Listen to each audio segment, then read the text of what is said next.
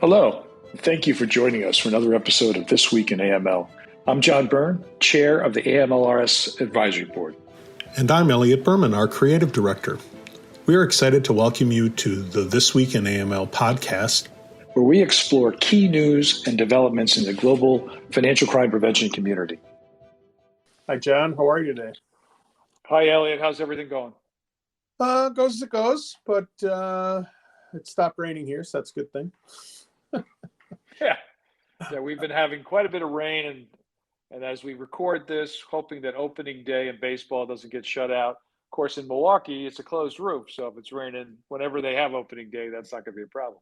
Right. Yeah, we open on the road in a non-domed stadium, but you're right. We get to play no matter what the weather. So this week, another release related to the Pandora Papers came out, focusing on the gatekeeper. It's called the Gatekeepers, who open America to shell companies and secret owners. And as you know, this is a joint effort by the Washington Post and the International. I always get this wrong. Sorry, International. Consortium of Investigative Journalists. Yeah. Thank you.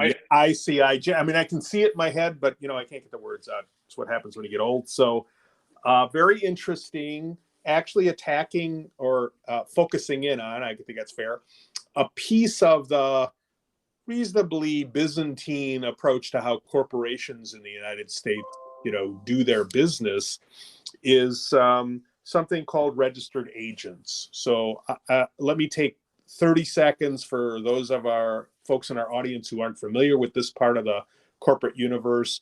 Corporate law in the United States is almost entirely governed at the state level. So if you want to incorporate, you can't do it at the federal level. You go to some state and you meet their requirements. And one of the things that most states require is that you appoint a registered agent. The purpose for that, the big picture purpose for that is so if somebody wants to reach out to the company and can't find the company, that you have somebody whose address you can send something to, including things like lawsuits if you wanted to sue them. So I assume you saw the article and actually both on the websites of the Post and the ICIJ. Yeah, I did. I would just say to our AML colleagues, ICIJ is a worthwhile cause. They accept donations. So I get a separate email from them, as well as obviously the Washington Post is my local paper. So I did see that. And, as we've talked about before, the work of the investigative journalism industry has been really essential to moving legislation, to shining lights on issues. And so whether it was the Panama Papers, Pandora, Paradise, whatever, FinCEN files, all those things. This I thought was particularly interesting because both of the name they gave the legislative vehicle that's been introduced to deal with this, enablers, the Enablers Act, but also that whole concept of gatekeeping and enabling, because, FATF has spoken quite frequently about ensuring that CPAs and our profession, the legal profession, and others have some responsibility to report activity. And this is certainly one which we sort of knew there were more than gaps in how this is covered, but we sort of knew this is an area where little or no, in most cases, no due diligence gets done. Yes, and your reference to FATF, it is something that shows up in their assessment when they do assessments of the United States and our, overall anti-money laundering regime. They point out that weakness. And there are countries, Western countries, UK is a good example, where legal and accounting professionals do have obligations that are more than just take anybody who comes through the door and do anything they want you to do, which is sort of the U.S. approach. Right. And a couple things, the article goes into historically when Congress has looked at this, how the secretaries of state have put up their hands and just said, hey, not us, right? So whether it's Wyoming, Nevada, Delaware, Montana, you name it, these states that make money out of incorporation have never believed that they have an obligation beyond sort of minimal due diligence. So I think we can't forget that. But politically, a lot tougher to do. And that's why I think the legislation is designed to focus on registered agents, which even the secretaries of state have pointed at. Although, as I just said, I think it's sort of a pox on both houses. Yeah, so the Enablers Act that you referred to was introduced in the House in October of 2021. It's been referred to House Financial Services, and they have not held hearings. I don't know if they've taken any official action, so it is sitting there. The timing of the introduction seemed to be in some way responsive to the original Pandora Papers release, which was interesting.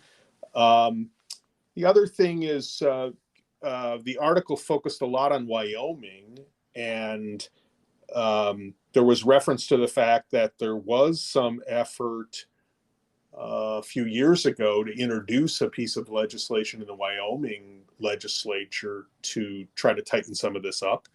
And it failed to win approval. And the argument was it was somehow of an invasion or inappropriate in the context of free speech, which struck me as not a constitutional lawyer by training, but it struck me a little bit like trying to defend yelling fire in a crowded theater. But again, I have a somewhat different view, I think, of these things. Same one you do, but different from the folks in the Wyoming legislature in 2018. Right, and one of our colleagues is quoted in the article, Sarah Beth Felix, who's done a lot of great work in AML compliance. Basically saying that this is a major gap. So I thought in the story she said, what she said is, if I were a criminal, this is a quote, or ran a criminal enterprise, I would have a field day with registered agents because I just need to find another adult with a pulse, she said. Right. So I thought that was a good way to comment on that. But I also would say that, this is relevant to today because of trying to find where the oligarchs are stashing their funds, their real estate, their art, all of that. So it's all relevant. And I would imagine, even though the Enablers Act hasn't moved at all, House Financial Services is having a hearing coming up fairly soon in which there's a number of proposals besides looking at how the Corporate Transparency Act and AMLA have been implemented or proceed to be implemented on some of these legislative vehicles, wanting to see some push there. So I think there's going to be some additional focus, if not outright activity, and this is a prime area for that activity. Oh yeah, I agree with that. The other thing that I found interesting in the article is there were a couple references to the possibility of requiring the registered agents to compare their clients to the SDN list. And I was thinking, again, I don't consider myself a super in-depth expert on sanctions, but if you look at many of the sanction programs, it's quite clear that they apply to everybody in the United States, the ones issued by the U.S. Treasury. And so, the idea that these folks are somehow, they could go that far. It's like you and I have to go that far before we do business with someone. Now, it doesn't extend to as far as the undisclosed, beneficial owners of the companies that these folks represent, but it's possible often sanction programs that add entities and people to the SDN list, including known LLCs, if someone's figured out who they are with. I think the the punchline, obviously, that starts at the beginning is there's essentially no oversight. And in the states that you mentioned, Delaware, Nevada, and Wyoming, to name three of probably the 5 or 6 in the U.S. that really are secrecy havens without nice beaches, they're the worst I mean, so if there's little oversight, they have no oversight. And that is a hole that needs to be filled. Right. And read the story if you get a chance. It's in the Washington Post on April 5th. Also, ICIJ's website has it. What's also interesting is these registered agents have thousands of companies that they register. So, and their argument is, well, there's so much. How are we supposed to do this?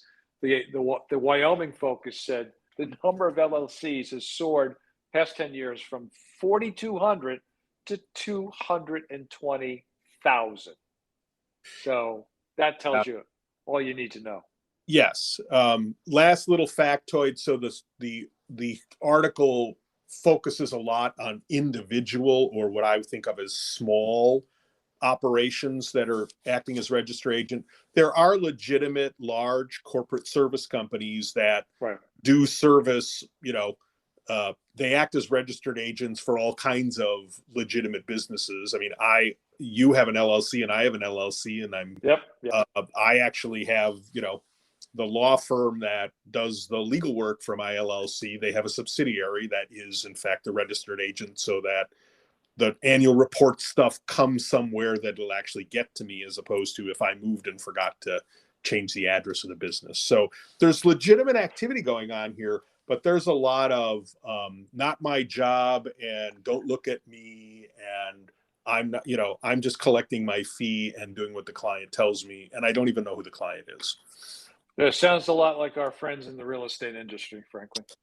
Yeah, I think that's a great parallel. There's another hole where we know there's questionable activity, and yet so far we haven't had the political will, either at the state or federal level, to fix it.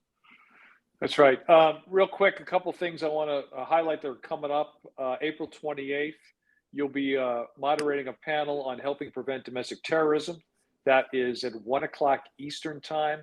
And I also want to highlight, besides the investigative journalist group that we just referenced, the Organized Crime and Corruption Reporting Project also utilizes investigative journalists, and one of their own, Kevin Hall, is going to be speaking at our AML Partnership Forum. I say ours, it's a separate organization, it's a not-for-profit, but we're helping organize this first event. The Partnership Forum will be in Washington, D.C. on April 20th till the 22nd. Information is available. Just go Google AMLPF, and you can get it off of our site as well. But Kevin Hall will be doing a presentation about investigative journalism in general, and I'm sure we'll be covering some of these issues specifically. Yep. All right, John, have a great weekend, and I will talk to you next week. Sounds good. Take care. Yeah, you too. Bye-bye.